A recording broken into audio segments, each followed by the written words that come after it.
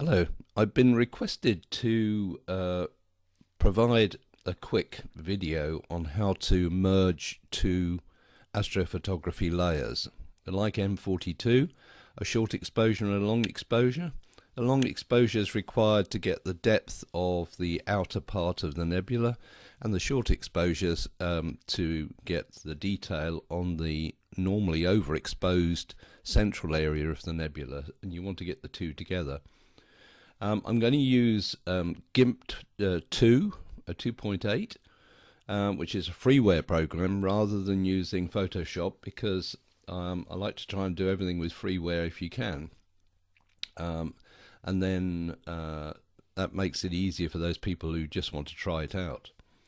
So the first thing to do then is to load that up and get familiar with how that works. And then you need two windows up, which you can set from within GIMP. You need a layers and brushes window, which is this one, and then you need a tool options window, which is this one here. So the first thing to do is to open one of the two images, and I would choose the short one first as a layer, and there it is, opened as a layer. And then, and you can see it here, this is it, and this eye here means you can see it or not. Okay. The next thing to do is to open the long exposure image as a layer as well.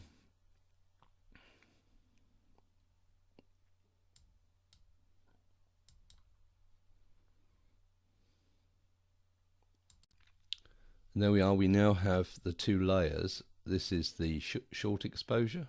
Sorry, this is the short exposure. This is the long exposure. So you can select which one you want to look at. There's the short, and then there's the long.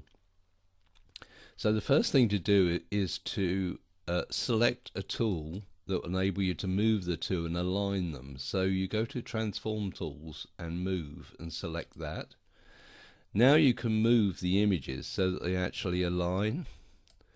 And the way of seeing that is to turn the long exposure one off and see if the two are aligned, and they're obviously not, so you need to move it a bit more this way until you get the two exactly aligned.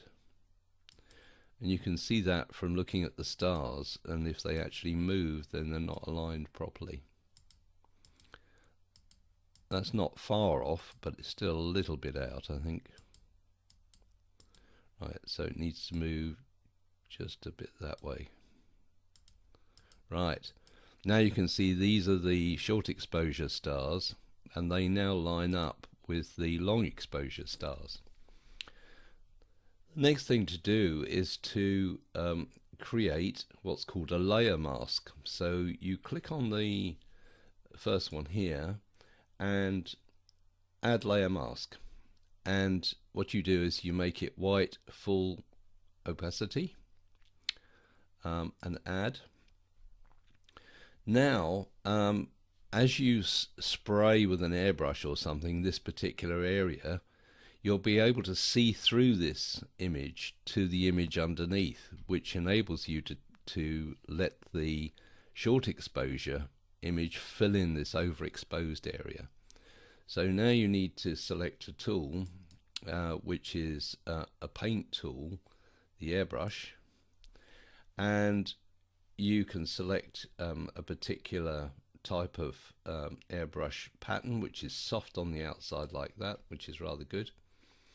And you can select a size. At the moment it's very small indeed, so you change the size of that airbrush to the size of the pattern that you want. That's probably a bit big, so let's make it a bit smaller. And then you start spraying with, I think it's black, it will be black that you spray basically to make the template transparent. You start to spray it like this, and through from the underneath comes the airbrushed area, the short exposure image. So as you can see there, the short exposure is coming through from underneath. So that's it basically. Now you could do it in different ways. You could do it the other way round, which is load the images the other way round and put the mask on the other one and then have the outer side. But this is obviously the quickest just for a demonstration. So you can see here, you can actually look at the mask here. You can see what's been sprayed. And if you want to, you can actually tidy that up by spraying differently. You could spray up here so that it's all of that image underneath comes through in that area. So then when you turn it back on again, you get the whole of that image like that, and it's not overexposed. Obviously there are all sorts of refinements you can do to this. The next thing to do is to merge the two layers under layers, and you merge them down, merge down to one layer. So that's now one layer, and then you can then crop that so that it's just the image here, because don't forget they were not exactly aligned originally, and you end up with one common image. So tools, I think you can crop it, selection tools, let me have a look. Image, transform, no, view, select.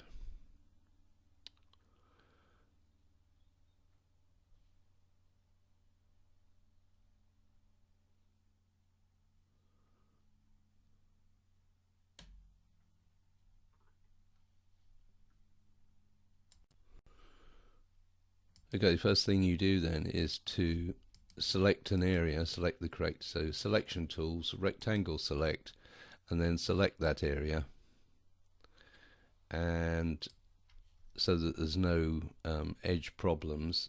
And then I think you can go to crop to selection here, and that's actually cropped it, and you can then save that image as another JPEG. Just do a save. Oh, I think you need a save as, file, save as, right, and here it is here, crop M42, and save it as a GIMP file first of all. So that's fine, you've saved that, and now you can actually export it to something else, which could be a JPEG, for example. Right, where's JPEG?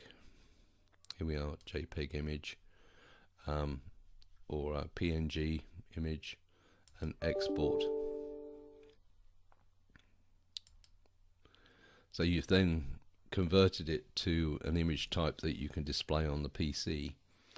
And that's the way you do it. You can also, of course, change the intensity of the colors and all those sort of things by other tools that are within the set, but the most difficult thing was doing this overlay of the two parts using a layer map.